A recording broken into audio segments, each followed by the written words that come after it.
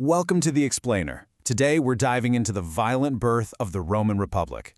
This was an experiment that started in a small city, but would grow into a world power. And it was all built on a foundation of myth, revenge, and one radical idea, that no single man should ever be king again.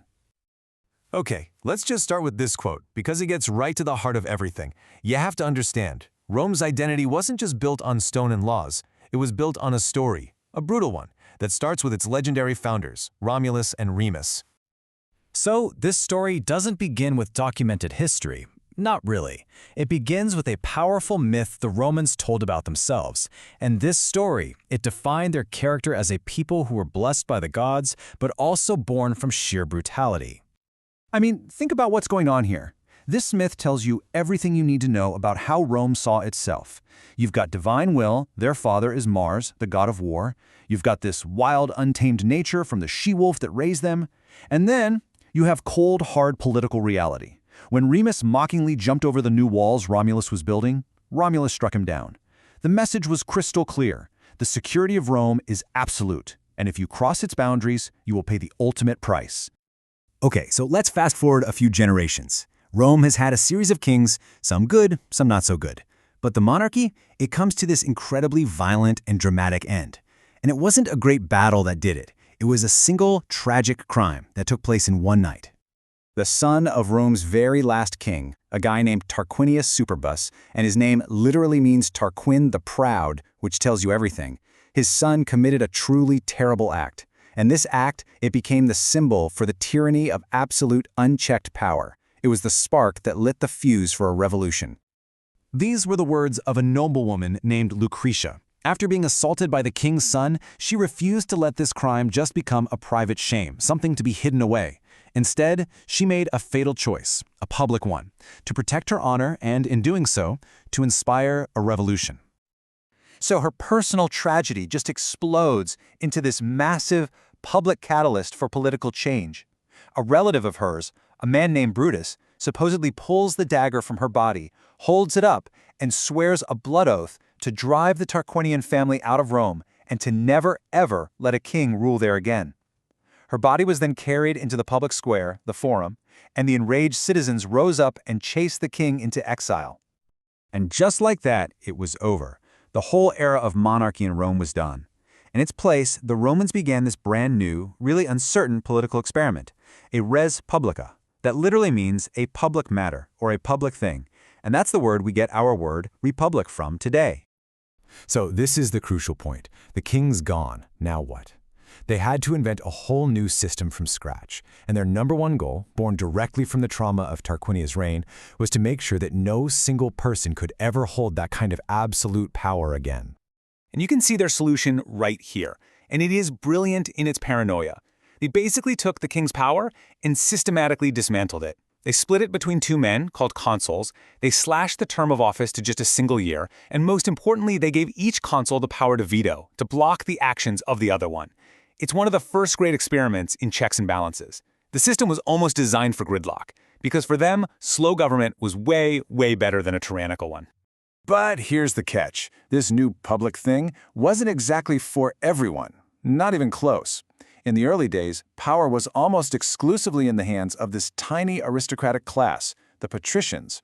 The other 95% of the population, the plebeians, well, they had basically no say at all.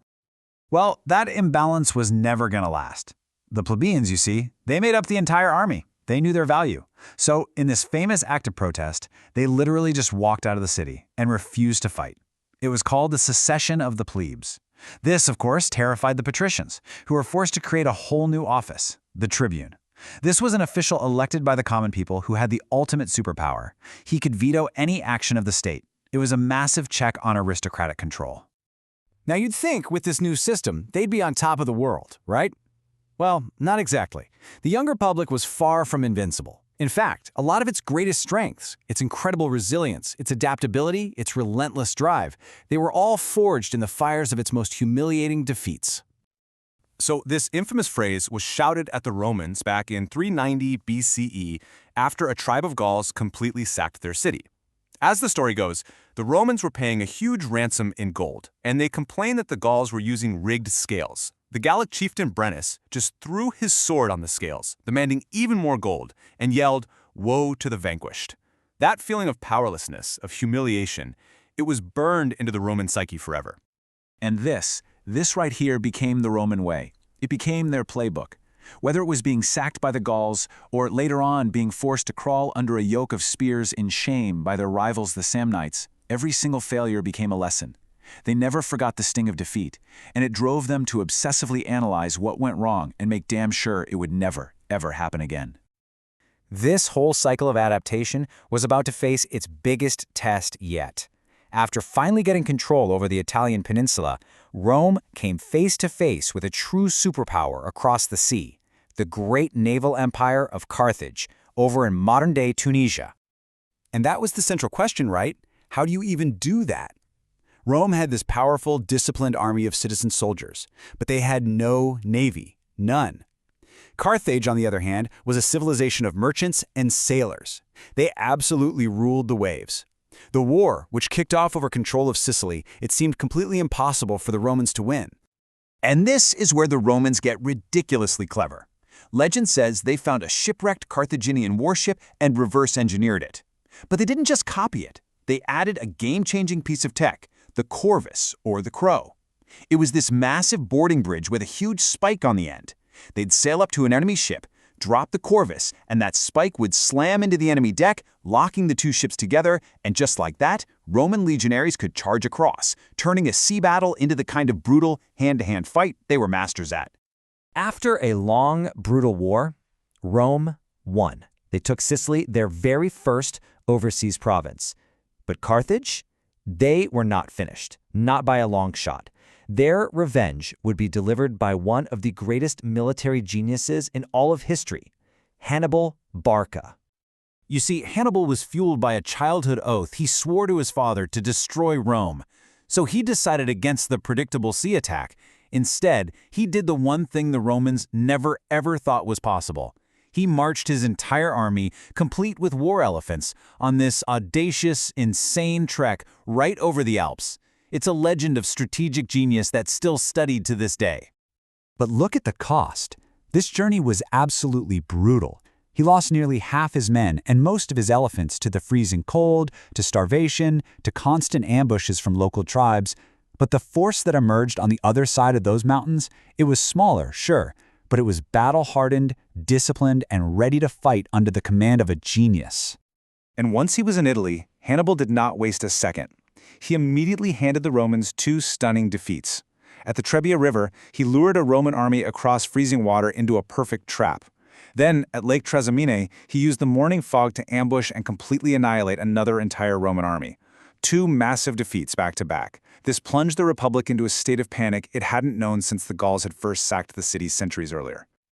So now they were humiliated, terrified, and their armies were shattered. The Romans decided to abandon the cautious, delaying tactics they'd been using. They decided to gather the largest single army in their history to confront Hannibal directly and just crush him, once and for all. This fateful decision, it would lead them to their absolute darkest day. And it sets the stage perfectly for our next explainer.